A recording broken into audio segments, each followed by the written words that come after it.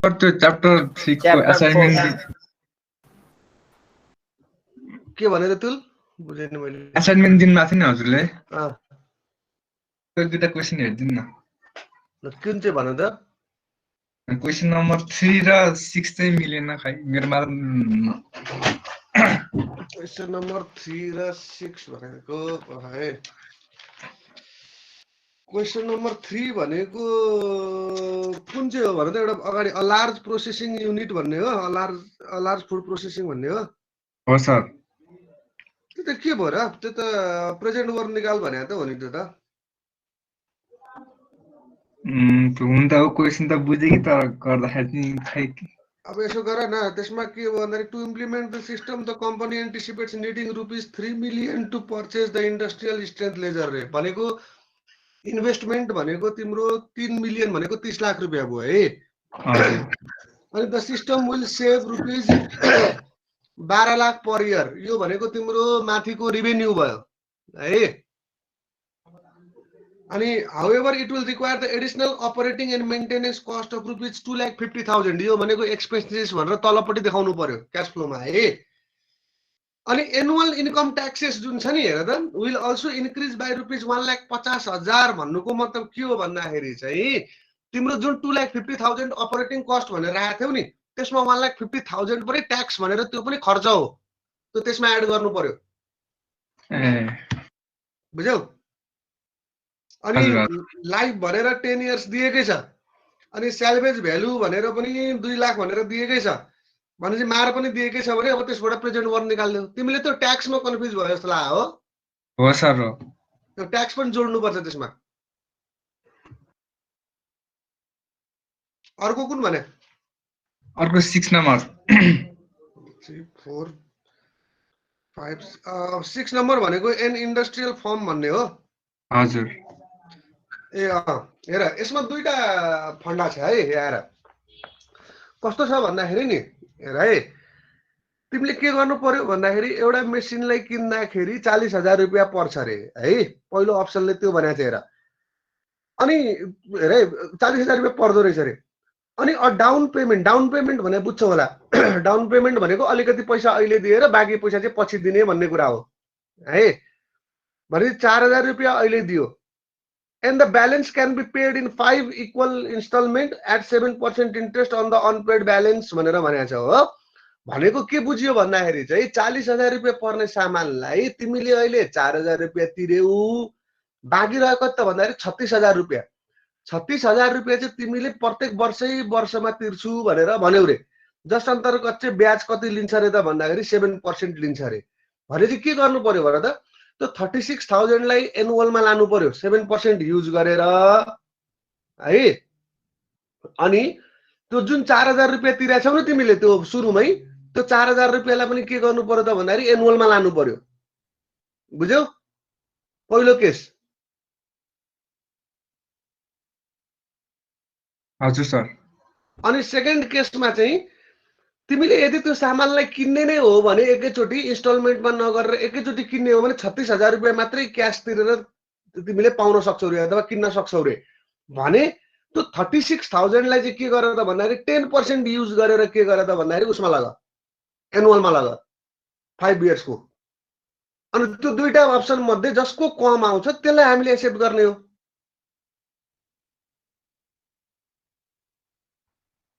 हुन्छ सर अब अरु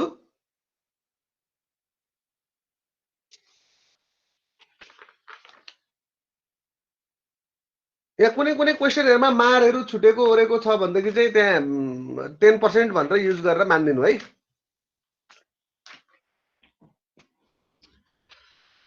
ओके ल त्यसो भने म अब च्याप्टर 4 तिर म छिरे है त अब हेर यो हाम्रो मेरो पोर्सनको चाहिँ अब यो लास्ट च्याप्टर हो यसमा 3 देखि 4 वटा क्लास लाग्ला अनि त्यसपछि हाम्रो सकिन्छ है ओके ल हेर अब च्याप्टर 4 अन्तर्गत है त कम्पेरिटिभ एनालाइसिस अफ अल्टरनेटिभ रे है हेर नामैले के भन्यो भन्दाखेरि यहाँनेरि comparative analysis of alternative first of all तिमीहरुले एउटा कुरा मलाई भन त हामीले प्रिन्सिपल अफ इन्जिनियरिङ इकोनोमिक्समा भनेर पढेको थियौ, त्यसमा फर्स्ट प्रिन्सिपल के थियो भने त? Develop the alternatives. Develop the alternatives, good. भन्नुको मतलब के हो त भन्दाखेरि हामीले हाम्रो कुनै पनि अब्जेक्टिभ अथवा गोललाई एचिभ गर्नको लागि हामीले एउटा मात्रै अल्टरनेटिभबाट एचिभ गरिँदैन। भन्न खोजेको मतलब के हो त भन्दाखेरि त्यो गोल एचिभ गर्नको लागि चाहिँ विभिन्न अल्टरनेटिभहरू चाहिँ हामी फर्स्ट अफ अल के गर्छौँ त डेभलप गर्छौँ, र त्यो अल्टरनेटिभ मध्ये कुन चाहिँ अल्टरनेटिभले चाहिँ हाम्रो गोललाई चाहिँ इकोनोमिक वेमा चाहिँ मिट गर्न सक्छ त भन्ने खालको कुरा हामीले पहिल्याउनु पर्ने हुन्छ। त्यही भएर हामीले के गर्छौँ त भन्दाखेरि डेभलप द अल्टरनेटिभ। जस्तो तिमीहरूले एउटा कुनै एउटा हाइड्रो पावरमा अहिले देखिरहेको होला नि, जुन ठाउँमा तिमीहरूको हेडवर्क्स छ, जुन ठाउँमा तिमीहरूको अहिले चाहिँ यो पावर हाउसहरू होला, जुन ठाउँमा विभिन्न सिभिल इन्जिनियरिङका स्ट्रक्चरका कुराहरू होला नि त्यहाँनिर होइन, त्यो क्यानलदेखि लिएर फोरवेदेखि लिएर सर्च ट्याङ्कहरूदेखि लिएर हो किन, ती सबै ठाउँका लोकेसनहरू किन त्यही ठाउँमा भयो त भन्दाखेरि एउटा मात्रै अप्सनलाई एनालाइसिस गरेर त्यहाँनिर राखेको होइन। त्यो चिज त्यहाँ बस्नको लागि चाहिँ के गरेको थियो त भन्दाखेरि चाहिँ विभिन्न अल्टरनेटिभहरू चाहिँ डेभलप भएर ओके यो चिज चाहिँ हामीले यहाँनिर यसरी राख्यौँ भने बनाउन पनि सजिलो हुन्छ, पैसा पनि कम खर्च हुन्छ, सक्सेसफुल्ली हामी इम्प्लिमेन्ट पनि गर्न सक्छौँ है भन्ने खालका कुराहरू चाहिँ सुरुमा मध्यनजर गरेर अनि त्यो अप्सनलाई चुज गरेको हो भनेर बुझ्नु पर्यो। इकोनोमिक एनालाइसिस गर्दा जहिले पनि के गरिन्छ त भन्दाखेरि चाहिँ विभिन्न अप्सन्सहरूलाई पहिले हामीले डेभलप गर्छौँ। अब हेर, हामीले मानिलिउँ फर एक्जाम्पल होइन, योभन्दा अगाडिको च्याप्टरसम्म हामीले के गर्यौँ त भन्दाखेरि हामीले एउटा मात्रै प्रोजेक्टको के गर्यौँ त भन्दाखेरि चाहिँ इकोनोमिक एनालाइसिस गर्यौँ। जस्तो तिमीले यसो सम्झ न, जस्तो के अरे प्रेजेन्ट वर्ड निकाल्दाखेरि एउटा मात्रै प्रोजेक्टको गर्यौ, त्यस्तै future worth, annual worth, IRR, ERR, BCR, payback period भन्दाखेरि के गरियो त भन्दाखेरि कुनै एउटा प्रोजेक्टको तिमीहरूलाई क्यास फ्लो दिएको हुन्थ्यो र त्यो क्यास फ्लोको आधारमा तिमीहरूले के गर्थ्यौ त भन्दाखेरि चाहिँ त्यो प्रोजेक्ट चाहिँ इकोनोमिकल्ली जस्टिफाइड छ कि छैन त भन्ने खालको कुरालाई तिमीहरूले निकालेको थियौ अथवा क्यालकुलेसन गरेको थियौ भन्ने खालको कुरा हो। अब हामीसँग एउटा मात्रै प्रोजेक्ट हुँदैन कि, अब हामीसँग एउटा भन्दा बढी प्रोजेक्ट हुन्छ, एबिसी वाटेभर डी भनेर यसरी हुन सक्ला।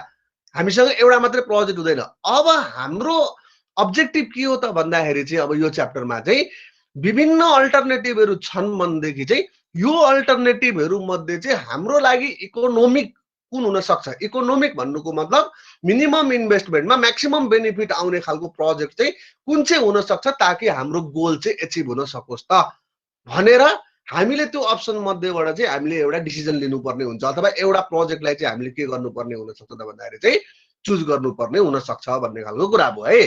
त्यही भएर यो च्याप्टरको नाम के हो त भन्दाखेरि चाहिँ कम्पेरिटिभ एनालाइसिस। कम्पेरिटिभ किन भन्यो, यो चारवटै प्रोजेक्टलाई एक आपसमा हामीले के गर्छौँ त भन्दाखेरि कम्पेयर गरेर डिसिजन मेकिङ गर्नुपर्ने हुन्छ है त। अब यो चिजको लागि चाहिँ अब हामीले दुईटा कुरालाई बुझ्न एकदमै जरुरी छ है। First of all useful life भन्ने कुरालाई बुझौँ। यसको एक्जाम्पल म कसरी दिउँ भन्दाखेरि तिमीहरूलाई चाहिँ ल ओके, तिमीहरूले कुनै एउटा मेडिकल उसमा फार्मेसीमा तिमीहरू औषधि किन्न जानु पर्यो अरे है। त्यो औषधि किन्न जाँदाखेरि फर्स्ट अफ अल तिमीहरूले के कुरा नोटिस गर्छौ भने त्यो औषधि किन्न जाँदाखेरि चाहिँ किन्दाखेरि औषधिमा एक्सपायरी डेट। त्यसको मिनिङ के हो भने त, एक्सपायरी डेटको मिनिङ के हो भने त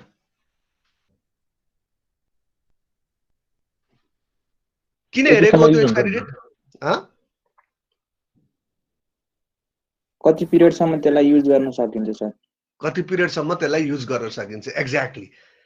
भन्न खोजेको त्यो औषधि कति समयसम्म हामीले खान सक्छौँ।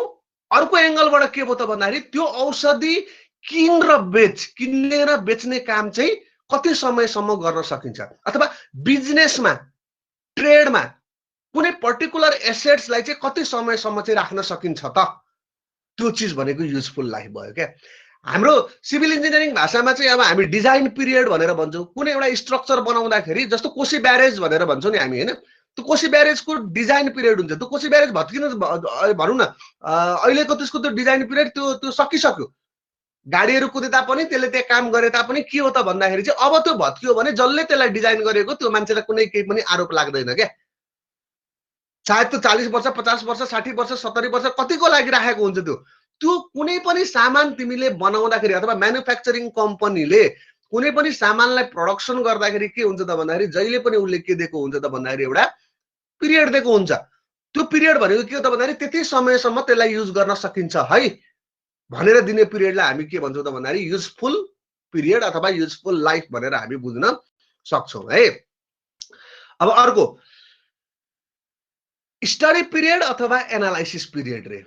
अब हेर त्यही औषधिकै कुरामा जाऊ, तिमीले जुन त्यो एक्सपायरी डेट हेर्छौ त्यो युजफुल लाइफ भयो, तर हामीले खानुपर्ने समय के हुन सक्छ त भन्दाखेरि त्यो युजफुल लाइफ भन्दा कम समयसम्म पनि हामीले त्यो औषधि युज गर्न सक्छौँ, युजफुल लाइफ भन्दा बढी पनि युज गर्न सक्छौँ, अथवा युजफुल लाइफ सम्म मात्रै पनि त युज गर्न सक्छौँ नि त।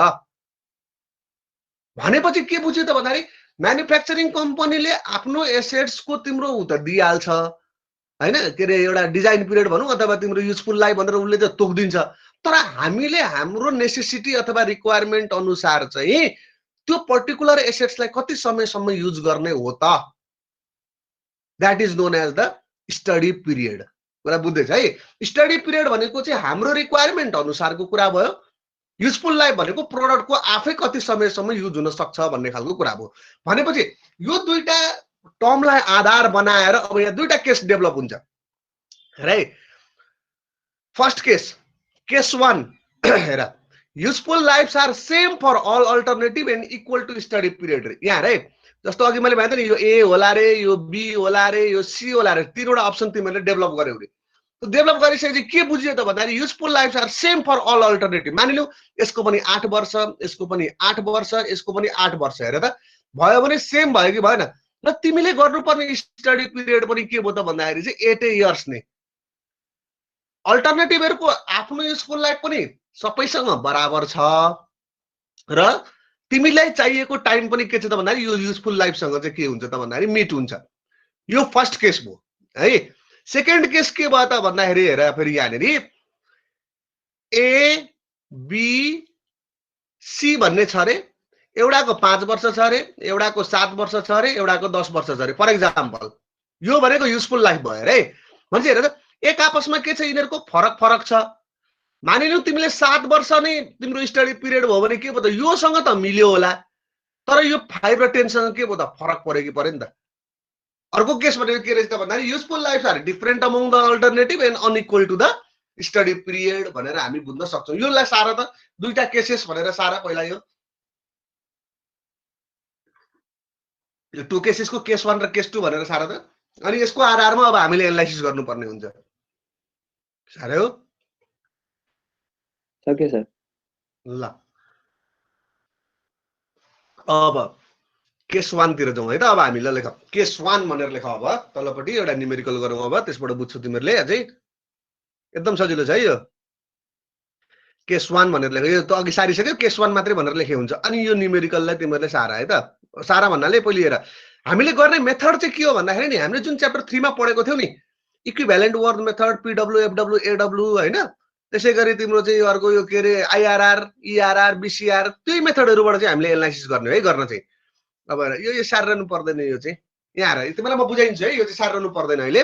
यहाँ हेर है तिमीहरुसँग यहाँ ए र बी भन्ने अप्सन छ रे है। हेर भने यहाँ बुझ त ए को तिम्रो रिजल्ट चाहिँ -1500 आयो रे, बी को -500 आयो रे।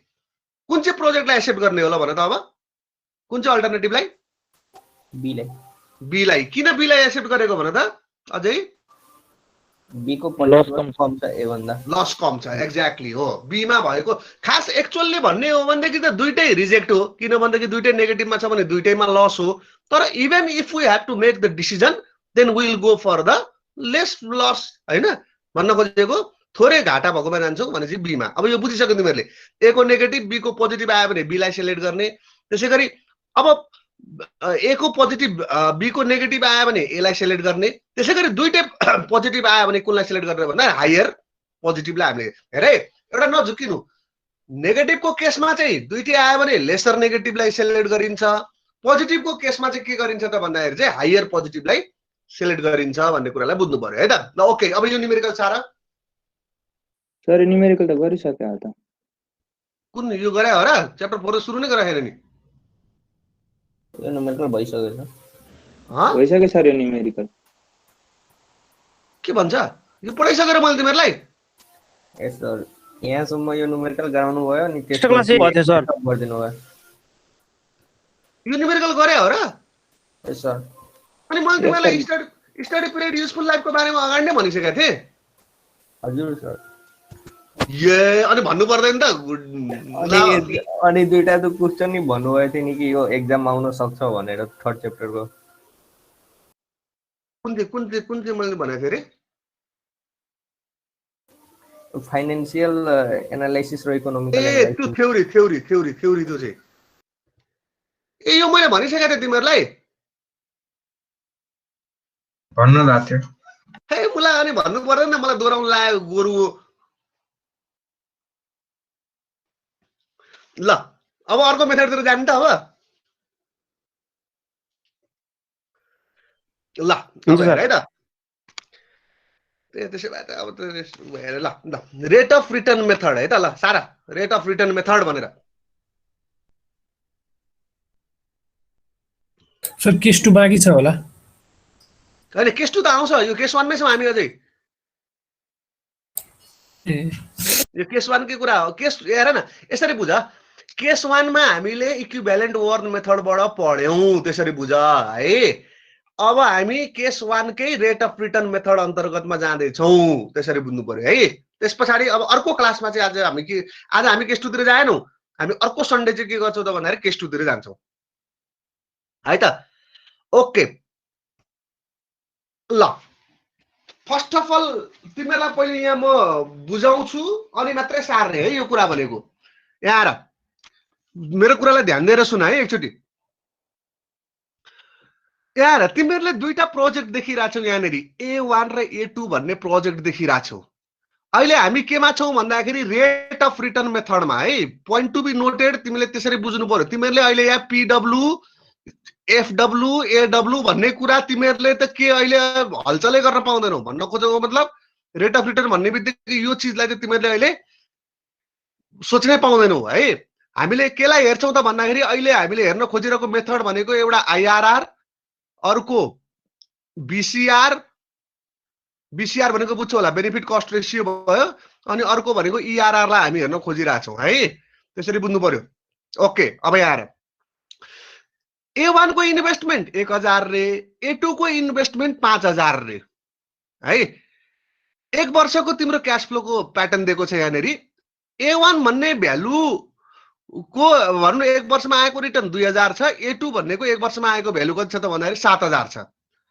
IRR कति रहेछ त भन्दाखेरि यसको 100% यसको 40% रहेछ बेनिफिट कस्ट रेशियो 1.82 रहेछ 1.27 रहेछ अब यो चीजलाई त अहिले हेर्न पाइदैन यो चीज सोच्नै पाइदैन है अहिले तलको यो जस्ट अहिले मैले बुझाउनलाई मात्र राखे यो चीज चाहिँ सोच्न पाइएन PW भनेर भने according to IRR and BCR method which project will you select A1 लाई सिलेक्ट गर्छौ कि A2 लाई सिलेक्ट गर्छौ ल भन A1 लाई किन A1 को IRR बढी छ A1 को IRR बढी छ BCR बेनिफिट कस्ट रेशियो नि बढी छ बेनिफिट कस्ट रेशियो पनि अब मलाई एउटा कुरा बताइदेऊ तिम्रो अब यही चीजलाई पैसामा कन्भर्ट गरेर हेरौं हेर है तिमीले अब प्रेजेन्ट मैले बुझाउनलाई मात्र भने प्रेजेन्ट वर्क चाहिँ युज गर्न पाइदैन हाम्रो आफ्नो ठाउँमा छ त्यो कुरा भनेको हो है तर प्रेजेन्ट वर्कलाई अहिलेलाई हेर्दाखेरि हेर त तिमीले के भन्यौ 100% IRR छ BCR 1.82 छ त्यही भएर म A1 लाई सिलेक्ट गर्छु भनेर भन्दाखेरि पैसाको टर्म्समा तिमीले हेर्ने हो भने त 818 रुपैयाँ रहेछ A1 को ठाउँमा A2 को ठाउँमा तिम्रो 1364 रहेछ भन्न खोजेको तिमीलाई पर्सेन्टेज भनेर त हात्ती घोडा सुन चाँदी त आको होइन तिमीले निकाल्ने भनेको त के हो तिमीलाई एट लास्ट रिटर्न आउने भनेको के हो त इन टर्म्स अफ क्याशमै हो क्याल्कुलेसन मात्रै पो हामीले पर्सेन्टेज र रेशियोमा गर्यौं होला त तर आउने त के हो क्याश हो नि त त्यो क्याशको टर्म्समा हेर्दाखेरि हेर त तिमीले IRR 100% हुन्छ भनेर भन्दाखेरि आएको क्याश चाहिँ A2 भन्दा A1 को कम छ कि बढी छ त अब यहाँ A2 को बढी छ A2 को बढी छ भनेपछि तिमीहरूले बोलेको डिसिजन अहिले ठिक भयो त?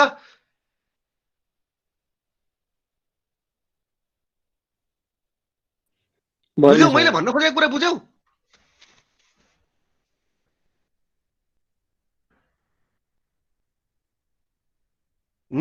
बुझ्यौँ सर। सर प्रेजेन्ट वर्क त कन्सिडर गर्न पाएन भन्नु भएन अघि हजुर। कस्तो नबुझ्या तिमीले? अहिले मैले बुझाउनलाई भन्दैछु प्रेजेन्ट वर्क त हामीले क्याल्कुलेसनमा ल्याउने होइन, तर अहिले मैले तिमीलाई बुझाउनलाई के भन्दैछु भन्दाखेरि चाहिँ यो 100% आइआरआर तिम्रो हुँदाखेरि र 1.82 हुँदाखेरि र यसलाई कम्पेयर गर्दाखेरि यसको 40% र यसको 1.27 लाई हामीले हेर्दाखेरि हामीले सजिलै के भन्न सक्ने रहेछौँ त भन्दाखेरि आइआरआर र बिसिआर चाहिँ यो A1 को बढी भएको हुनाले A1 लाई सिलेक्ट गर्छु भनेर तिमीहरूले सजिलै गरी भन्न सक्ने रहेछौ। तर म के भन्दैछु, पर्सेन्टेज र रेसियो भनेको तिमीहरूको त क्याल्कुलेसन गर्ने एउटा तरिका मात्रै होला, रिलेटिभ मेजर मात्रै हो। तर आउने भनेको त के हो, तिमीलाई पैसा नै हो नि, होइन र?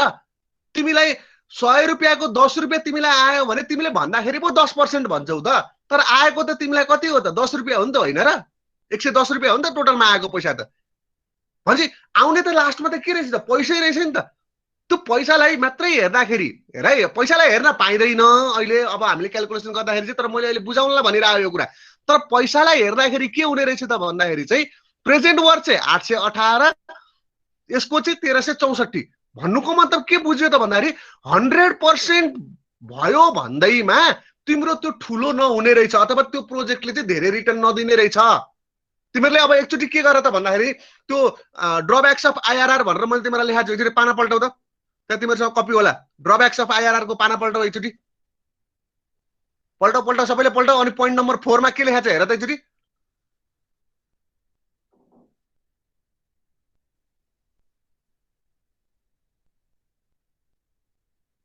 भन, कसैले भन।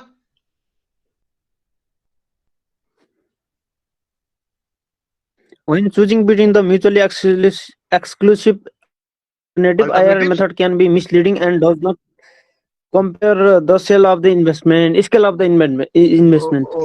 Does not measure the scale of the investment. भन्न खोजेको मतलब के बुझियो भन्दाखेरि 100% भयो भन्दैमा त्यो प्रोजेक्ट ठुलो हुने रहेनछ। आइआरआर मेथड चाहिँ के हुने रहेछ त? मिसलिडिङ हुने रहेछ। किनभने आइआरआरहरू भनेका के हुन् त भन्दाखेरि रिलेटिभ मेजर हो। तिमीलाई कहिलेकाहीँ पैसामा क्याल्कुलेसन गर्नको लागि झन्झट हुन सक्छ भन्दाखेरि तिमीले रिलेटिभली मेजरमेन्ट गर्छौ क्या। त्यो रिलेटिभली मेजरमेन्ट गरे तापनि तिमीलाई एट लास्ट रिजल्ट आउने भनेको के हो त भन्दाखेरि पैसामै तिमीलाई त रिटर्न आउने हो। तर पैसाको टर्म्समा हेर्दाखेरि चाहिँ तिमीले के भन्न सक्ने रहेछौ त भन्दाखेरि जसको प्रोजेक्टमा अथवा जुन प्रोजेक्टले तिम्रो रिटर्न चाहिँ बढी दियो त्यो प्रोजेक्ट चाहिँ के हुने रहेछ त?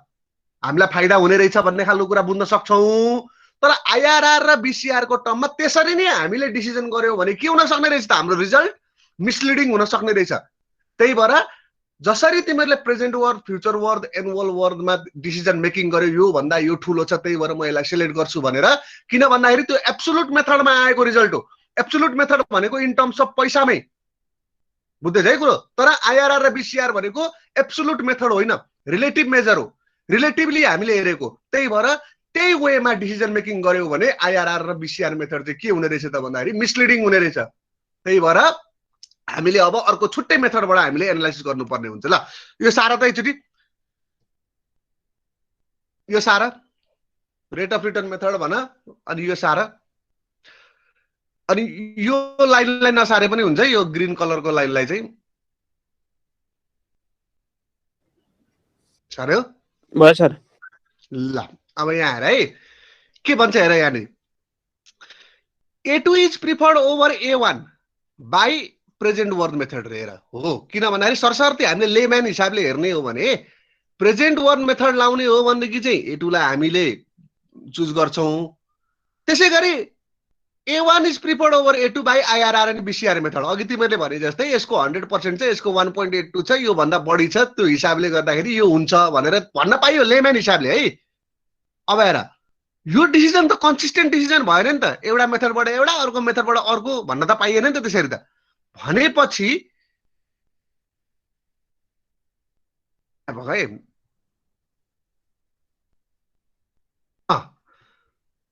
हेर दिस इनकन्सिस्टेन्सी यो के भयो त भन्दाखेरि कन्सिस्टेन्ट डिसिजन त भएन this inconsistency in ranking occurs because यार present worth future worth annual worth चाहिँ एब्सोल्युट मेजर हो एब्सोल्युट मेजर भन्नुको मतलब के हो त भन्दाखेरि तिम्रो करेन्सीको युनिट जेमा छ त्यही युनिटमा तिम्रो के हुने रहेछ त भन्दाखेरि रिजल्ट आउँछ जस्तो प्रेजेन्ट वर्थमा हामीले पैसामा एनालाइसिस गरिरहेको छ भने रुपिजमै तिम्रो एन्सर आउने भयो हैन र यो भन्दा यो बढी छ त्यही भएर म यसलाई एक्सेप्ट गर्छु भन्न पाइयो तर आईआरआर बीसीआर र ईआरआर को केसमा चाहिँ रिलेटिभ मेजर हो रिलेटिभली हामीले हेरेको हो पर्सेन्टेज बेसिसमा भनौँ अथवा रेसियो बेसिसमा and the decision can not be applied in the same way as PW FW and AW यदि हामीले त्यसरी नै डिसिजन मेकिङ गर्ने हो भने यहाँ आएर है हाम्रो गल्ती हुने रहेछ किन भन्दाखेरि 100% भन्यो भने पनि पैसाको टर्म्समा हेर्ने हो भने थोरै छ 40% भन्दाखेरि पनि के हुने रहेछ त पैसाको टर्ममा धेरै छ भनेपछि के बुझ्यो त भन्दाखेरि चाहिँ जसरी हामीले प्रेजेन्ट वर्थ फ्युचर वर्थ र एनुअल वर्थमा हामीले डिसिजन मेकिङ गरेका थियौँ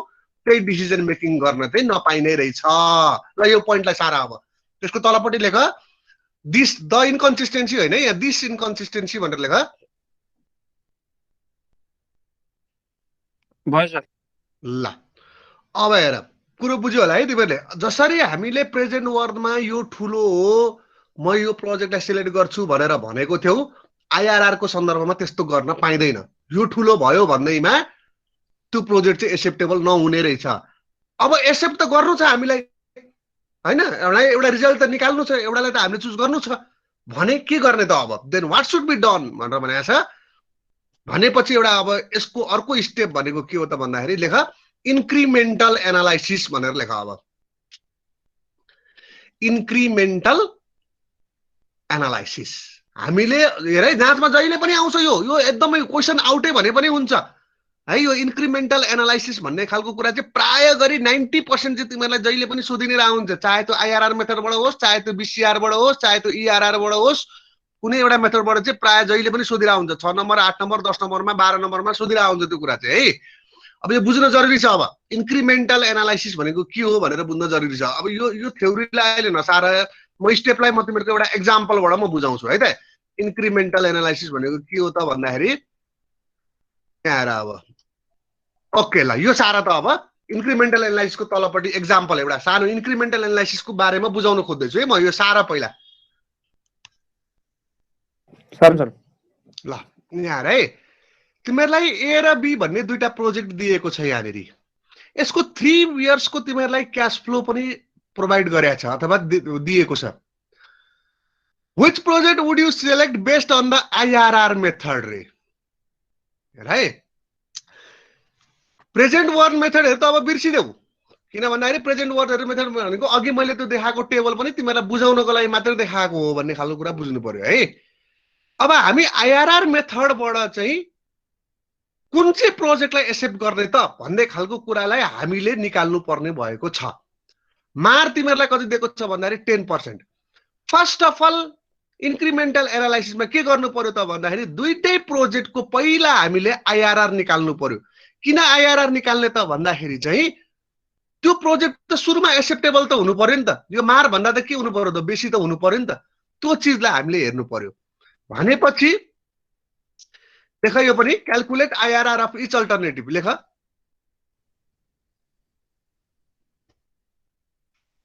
अब हेर है अब यहाँ कुरो बुझ अहिले प्रोसेसमा म गइन आईआरआर निकाल्ने प्रोसेसमा अहिले हामी न्युमेरिकलमा जाउँला तर अहिलेलाई के हेर भन्दाखेरि हेर ए भन्ने प्रोजेक्टको 25% आउँदो रहेछ बी भन्ने प्रोजेक्टको चाहिँ 17.43% भनेर आउँदो रहेछ रे यो दुईटै के भयो त भन्दाखेरि मारसँग बसी छ अथवा बढी छ भन्नुको मतलब हामीले पढेको थियौं अस्ति च्याप्टर 3 मा पनि if IRR greater than MARR the project is justified or accepted भन्ने कुरालाई हामीले पढेको थियौं अब यो दुईटालाई कम्पेयर गर्दाखेरि कुन चाहिँ प्रोजेक्टलाई सिलेक्ट गर्ने होला भन त अब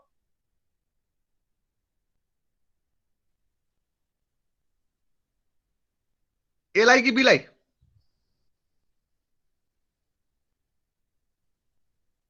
एलाई किन आईआरआर हुँदा हुन्छ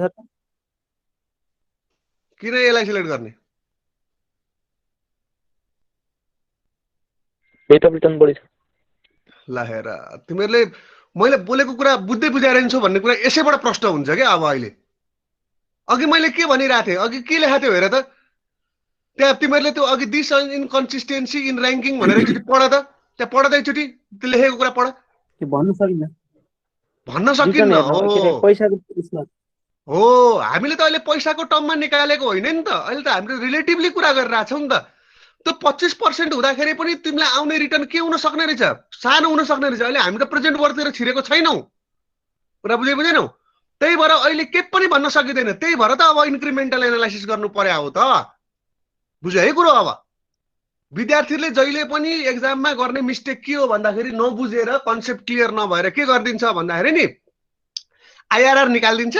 ए ल IRR of A is greater than IRR of B, therefore select project A भनिदिन्छ। मैले पाएँ भनेदेखि त म त 0 दिन्छु ठाडै, किनभने तेरो कन्सेप्टै रहन्छ भन्ने खालको कुरामा बुझिन्छ क्या त्यो कुरा भनेको। नेभर है, आइआरआर बिसिआर र इआरआर मा दुईटा प्रोजेक्टलाई कम्पेयर गर्दाखेरि कहिले पनि यो भन्दा यो बढी छ त्यही भएर यो सिलेक्ट गर्ने भनेर कहिले पनि भन्नु हुँदैन। त्यसको लागि इन्क्रिमेन्टल एनालाइसिस गर्नै पर्छ हामीले है।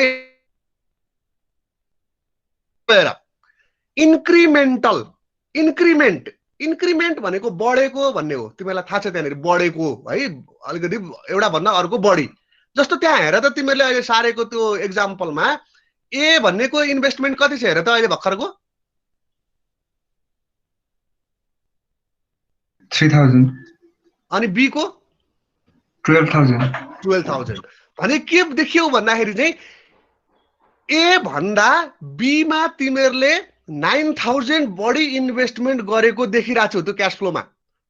ए को तुलनामा बी भन्ने प्रोजेक्टमा चाहिँ हामीले 9000 बढी चाहिँ इन्भेस्टमेन्ट गरेको छौं भन्ने खालको कुरा बुझियो। अब इन्क्रिमेन्टल एनालाइसिस गर्दाखेरि सबभन्दा अर्को ध्यान दिनुपर्ने कुरा के हो त भन्दाखेरि चाहिँ हामीले बेस बीएएसई बेस अल्टरनेटिभ भनेर हामीले चुज गर्नुपर्ने हुन्छ है।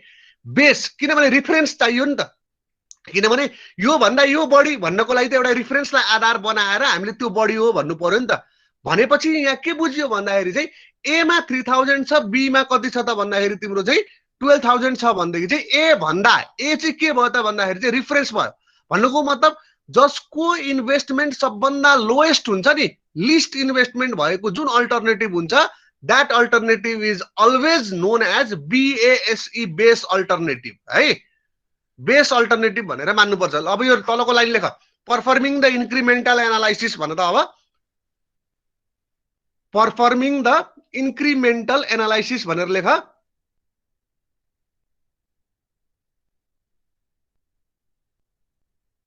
अनि त्यसको तलपट्टि के लेख भन्दाखेरि चाहिँ selecting project A as base alternative भन।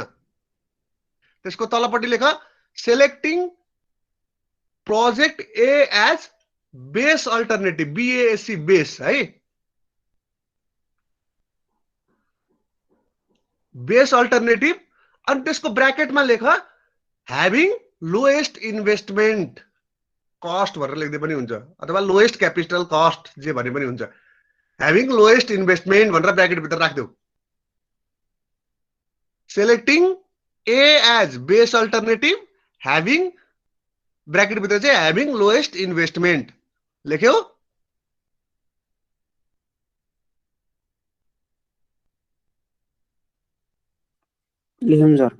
लेख्यो है, ओके। अब हेर पहिला यो बुझौँ अनि सारौँ है। यहाँ हेर अब के बुझियो त भन्दाखेरि ए र बी अहिलेकै कुरा हो, यो 25% आएको छ, यो 17.43% आएकै छ भनेपछि इन्क्रिमेन्ट भन्ने बित्तिकै के बुझ्यो त भन्दाखेरि मैले यहाँनिर बी माइनस ए गरेँ है, किनभने म यो दुईटाको क्यास फ्लोको म डिफरेन्स निकाल्दैछु। अब मैले यहाँनिर किन ए माइनस बी गरिन होला, किन बी माइनस ए भयो होला, सोच त एकचोटि, सोचेर भन।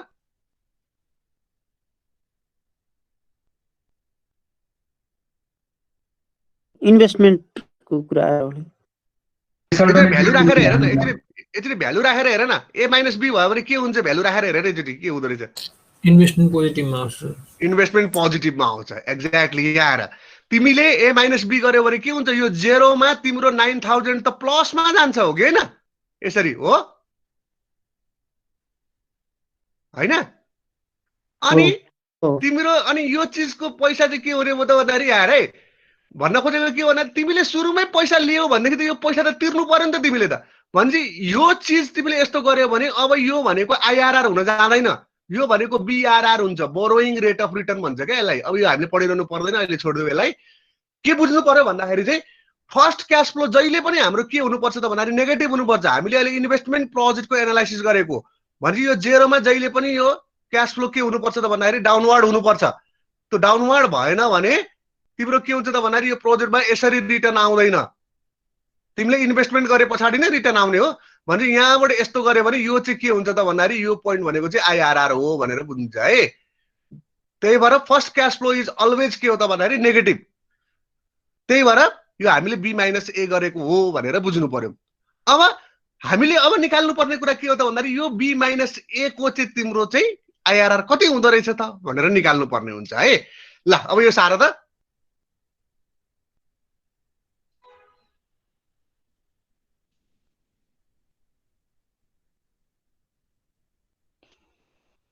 सर हामीले एक्जाममा पनि ए चुज गरेको कि बी चुज गरेको किन रिजन सहित लेख्नुपर्छ सर पर्दैन पर्दैन पर्दैन पर्दैन पर्दैन त्यो त पछि अहिले हिसाब गर्दाखेरि म तिमीलाई भनेर जस्ट मैले तिमीलाई अहिले इन्क्रिमेन्टल एनालाइसिसको मैले एउटा एक्जाम्पल सहितको मैले एउटा प्रोसेस बुझाएको हो भनेर बुझ क्या अहिले जस्ट अहिलेलाई चाहिँ शुड बी इन्भेस्टमेन्ट फ्लो भनेर लेखा छ यहाँ शुड बी नेगेटिभ भनेर लेख्दै पनि हुन्छ तिमीले यसरी ब्र्याकेट भित्र शुड बी नेगेटिभ ल अब हेर अबको प्रोसेस के हो त भन्दाखेरि अब यो बी माइनस ए को हामीले आइआरआर निकाल्नु पर्यो अब हेर है अब बी माइनस ए को आइआरआर निकाल्दाखेरि चाहिँ तिम्रो चाहिँ अब यो प्रोसेस देखायो यहाँनिर ल यति आउँदो रहेछ भनेर बुझ्नु पर्यो ल तिमीले ऊ मात्र लेख न calculating IRR of the incremental cash flow अनि यो के अरे पिआई भनेको चाहिँ यो यति 15% हुन्छ भनेर मात्र राख्दै हुन्छ अहिले प्रोसेस नगर अहिले हिसाबमा गरौँला हामी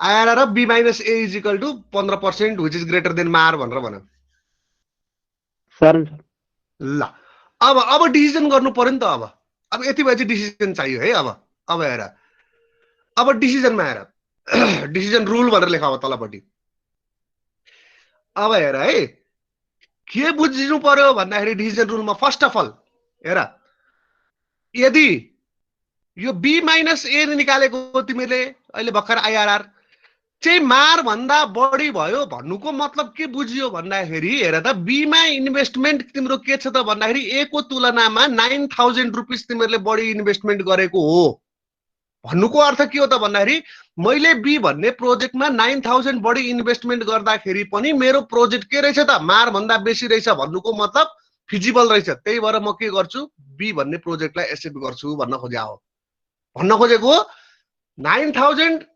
इन्क्रिमेन्ट भए तापनि मेरो प्रोजेक्टमा घाटा रहेनछ 9000 बढी इन्भेस्टमेन्ट पनि मेरो के रहेछ त भन्दाखेरि प्रोजेक्टले मलाई फाइदै दिइरहेको रहेछ त्यही भएर मैले बीमा इन्भेस्ट गर्दाखेरि मलाई कुनै केही घाटा छैन भन्न खोजे त्यही भएर सेलेक्ट बी त्यसै गरी तिम्रो जहिले पनि मार भन्दा बेसी आउँछ भन्ने छैन कहिलेकाहीँ मार भन्दा कम आइदिन सक्छ भ्यालु अथवा त्यो पर्सेन्टेज भने B minus A less than MARR आयो भन्नुको मतलब के बुझ्यौ भन्दाखेरि तिम्रो 9000 रुपैयाँ तिम्रो जुन एक्स्ट्रा इन्भेस्टमेन्ट बीमा गरेको थियो त्यो त डुब्ने रहेछ भनेपछि तिमीले के बुझ्यौ त भन्दाखेरि मैले बीमा एक्सेप्ट त गर्नु नहुने रहेछ भनेपछि म कहाँ जानु पर्यो त भन्दाखेरि म ए मा जानु पर्यो भनेर यसरी बुझ्नु पर्यो है त्यसै गरी यदि आइआरआर चाहिँ B minus A equals to MARR आयो भने के बुझ्नु पर्यो त भन्दाखेरि चाहे ए मा गरे तापनि चाहे बी मा गरे पनि दुईटैबाट मलाई के हुने रहेछ त भन्दाखेरि चाहिँ एउटै रिटर्न आउने रहेछ भनेर बुझ्न सक्छौँ हामी यसरी हामीले डिसिजन दिनुपर्ने हुन्छ ल यो सारा अब अनि हिसाबतिर जाउँला अनि हामी यस पछाडि सर सर ल अब यो न्युमेरिकल सारा ल अब आज एउटा न्युमेरिकल गरौँ भयो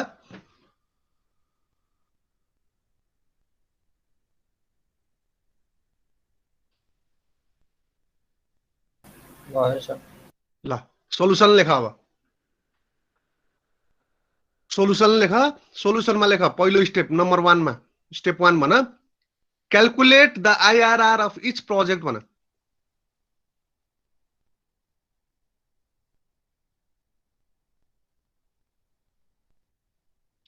तिमीलाई आइआरआर अब मैले के भनेको थिएँ भने त इन्टरपोलेसन गरेर गर्नुपर्छ भनेर भनेको थिएँ होला हो। त्यो एउटा मात्रै प्रोजेक्टको इन्टरपोलेसन गरेर देखाउनु पर्यो है। अब तिमीले यहाँ धेरैवटा प्रोजेक्ट छ, 4-4वटा प्रोजेक्ट छ है। त्यो मानेमा अब त्यो गर्दाखेरि एक्जामिनेसन पोइन्ट अफ भ्यूबाट तिमीलाई टाइम नपुग्न पनि सक्छ। त्यो कारणले गर्दाखेरि चाहिँ त्यहाँ के गरिदिने भन्दाखेरि क्यालकुलेटरबाटै एन्सर निकालिदिने, तर त्यहाँ बाई हिट एन्ड ट्रायल भन्ने, बाई क्यालकुलेटर भनेर चाहिँ नभन्ने है। ल निकाल त अब यसको आइआरआर कति हुन्छ निकाल त। अब तिमीले जान्दछौ, अस्ति नै पढायो हो हामीले 28.19% हो। यो ग्रेटर देन मार त्यहाँ छेउमा राखिदेऊ, मैले राखेको छैन अहिले। यो ग्रेटर देन के भयो त भन्दाखेरि चाहिँ मार, ग्रेटर देन मार। अनि यहाँ के भन्नु पर्यो ब्र्याकेट भित्र, यो प्रोजेक्ट एक्सेप्ट रिजेक्ट त अब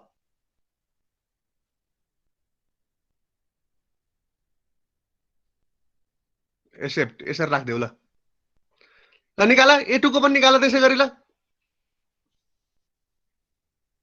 A1 A2 A3 A4 को निकाल त यसरी नै।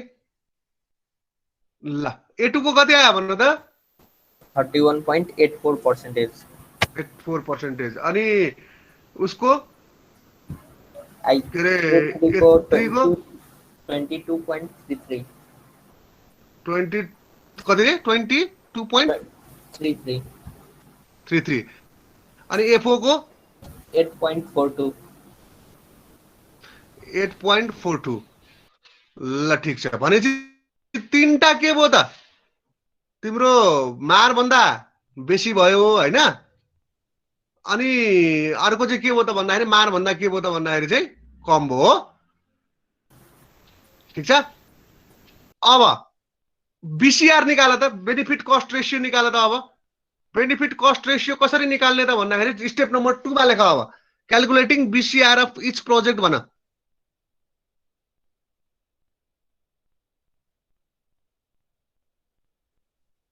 अनि हेर है, यहाँ हेर जस्तो देखिरहेछ है, स्क्रिनमा आइरहेछ है। अच्छा सर। ल अब हेर तिमीलाई कन्भेन्सनल र मोडिफाइड भनेर दुईटा भनेको थियो है। अब तोकेरै भन्यो भने बेग्लै कुरा भयो, तर तोकेको छैन भने ठाडै के गर्दिने भन्दाखेरि हेर त यहाँनिर present worth of benefit divided by present worth of cost गर्दिने है। अब बेनिफिट भनेको के भयो त हेर त, त्यहाँ तीनटा इयरमा दिएको क्यास फ्लो 1200 1400 1500 त्यो त फ्युचरमा छ। त्यो फ्युचरलाई प्रेजेन्टमा लग। अनि तिम्रो चाहिँ डिभाइडेड बाई के गरिदिने त भन्दाखेरि चाहिँ तिम्रो 2500 भनेको के हो त भन्दाखेरि कस्ट हो है। तिम्रो इन्भेस्टमेन्ट भनेको कस्ट भयो। त्यसलाई गर्दाखेरि हेर त यति आउँछ कि आउँदैन गर त। अब सबैको गर्दै जाऊ यसरी नै।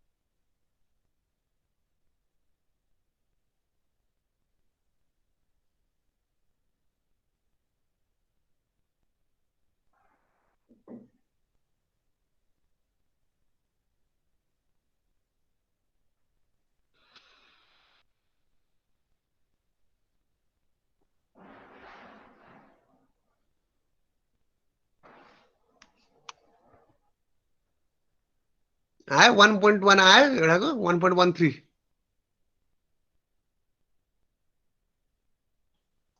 सबैको आयो, चारवटाकै आयो।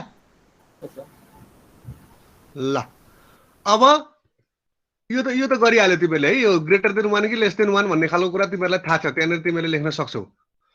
अब कुन चाहिँ प्रोजेक्टलाई एक्सेप्ट गर्ने भन त।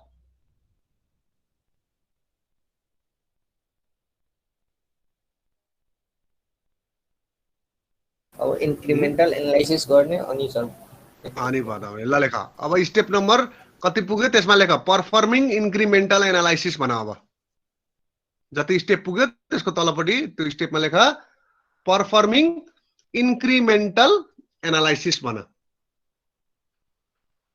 अब इन्क्रिमेन्टल एनालाइसिस परफर्म गर्दाखेरि फर्स्ट अफ अल हामीले के गर्नुपर्छ भनेको थियौँ त बेस अल्टरनेटिभ चाहियो नि हामीलाई, हो कि हैन? कुन हुन्छ होला बेस अल्टरनेटिभ हेर त अब त्यहाँ तिमीहरूको क्वेसनबाट हेर अब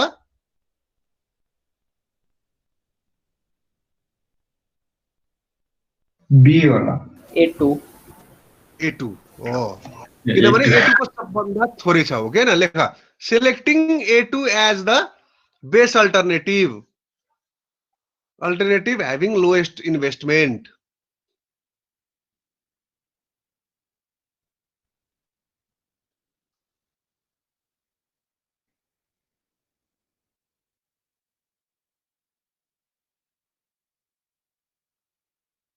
ठीक छ?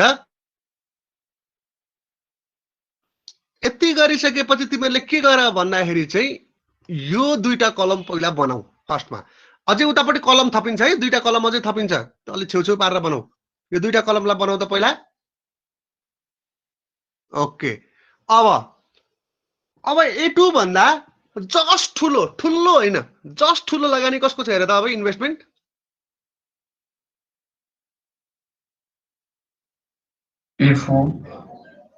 A4 तर A4 त के भइसकेको छ हाम्रो, रिजेक्ट भएछ। त्यसलाई केही गर्नु परेन। अब त्यो भन्दा अर्को ठुलो लगानी कसको छ हेर अब A1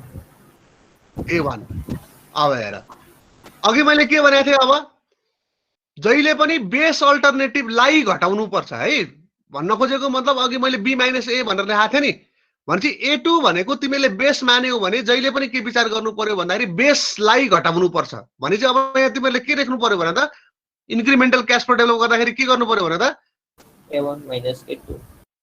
A1 - A2 ल त्यसको क्याश फ्लोको डिफरेन्स राख्दै जाऊ अब। अनि त्यसको IRR निकाल कति हुन्छ अब, अनि BCR पनि निकाल। सर हजुर यो क्वेशनको फर्स्ट स्लाइड देखाइदिनु न एकचोटि। फर्स्ट के रे लाइन स्लाइड यो क्वेशनको, यही क्वेशनको।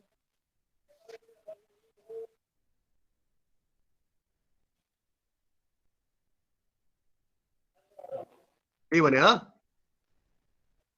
त्यो जुन अल्टरनेटिभ 1 मा हामीले PW निकालेको छौँ नि A1 मा PW निकालियो र निकालेन हुने present worth at hit and trial IRR चाहिँ भन न IRR चाहिँ हजुर IRR निकाले त्यो गर्दाखेरि जुन हामीले 1200 अनि यो 2000 1600 लेखेको छौँ त्यो भ्यालु कस्तो र्यान्डम गरेर लेखेको छ कि एकचोटि हेर्नु त यो तलपट्टि छ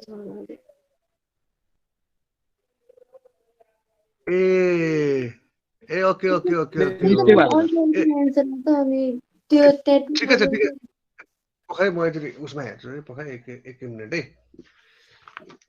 ओ तिमीले भने अलिकति गडबड भएको रहेछ एक मिनट है।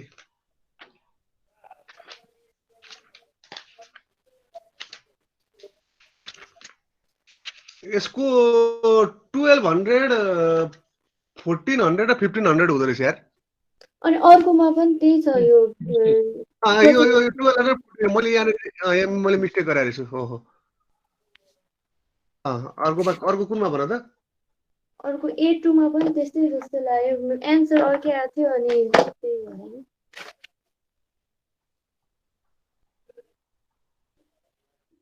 A2 मा पनि A3 मा चाहिँ होला, A3 मा चाहिँ त्यस्तै छ 400 800 हजार भइहाल्यो। A3 मा 36 17 2000 र 1600 ठिकै छ त, ठिकै छ त A3 मा। अनि A4 मा 800 700 850 ठिकै छ। यो A1 मा मात्रै बिग्रा रहेछ है। सर हजुर 1200 1400 र 1500 रहेछ। यो 2000 भए रहेछ 1200 1400 र यो 1500 भन त के भन्ने थियो।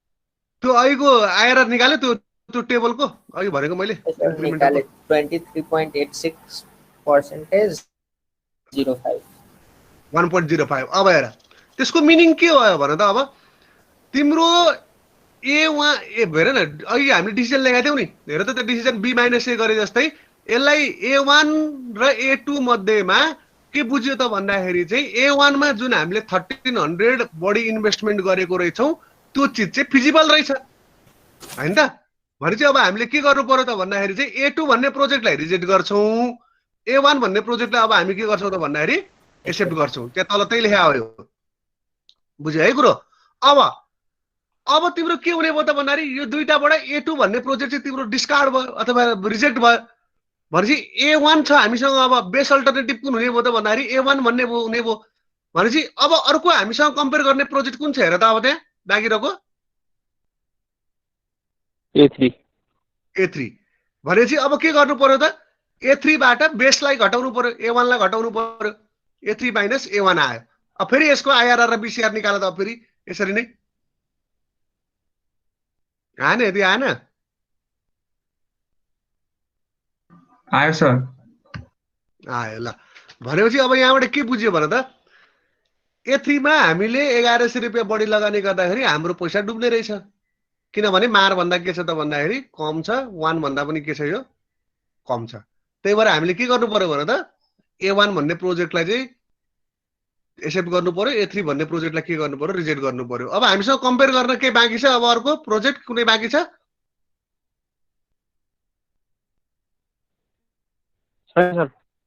छैन भने चाहिँ लास्टमा कुनलाई सिलेक्ट गर्ने त A1 लाई सिलेक्ट गर्दिने बुझ्यो कुरो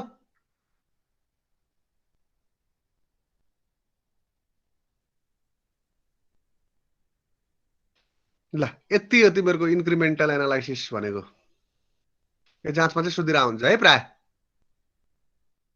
सर त्यो क्याल्कुलेटरमा इन्टरपोलेसन गर्न ट्रिक सिकाइदिनु न क्याल्कुलेटरमा रे क्याल्कुलेटरमा इन्टरपोलेसन गर्न कसरी गर्ने र सर हजुरले अघि भन्नुभएको होइन त अनि क्याल्कुलेटरमा गर्ने अनि त्यो ए होइन नि हिटेन जस्तो इन्टरपोलेसन गर्ने भने होइन त मैले क्याल्कुलेटरमा यस्तो चाहिँ गर्ने भने क्या क्याल्कुलेटरमा तिमीहरूको जुन यो रिजल्ट छ नि 23.87 5.39 भनेर जुन निक्लिन्छ नि त्यो त इक्वेसन बनाएर त निक्लिहाल्छ नि होइन र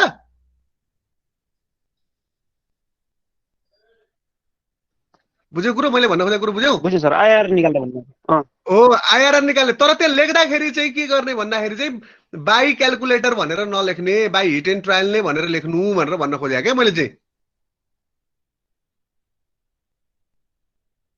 बुझ्यो कुरो जस्तो यहाँ हेर न मैले यहाँनिर लेखाएको छु नि यहाँ हेर त यहाँ हेर न बाई ट्रायल एन्ड इरर भनेर लेखाएको छु नि मैले यो ठाउँमा चाहिँ बाई क्याल्कुलेटर भनेर नलेख्नु भन्न खोजेको इन्टरपोलेसन चाहिँ तिम्रो धेरैवटा प्रोजेक्ट छ भने गरिरहनु पर्दैन भन्न खोजेको क्या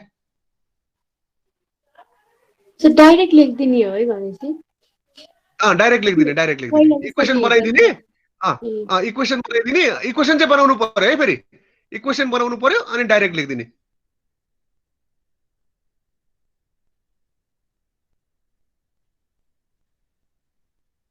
हुन्छ हस् सर ओके ल आजलाई यति गरौँ त्यसो भए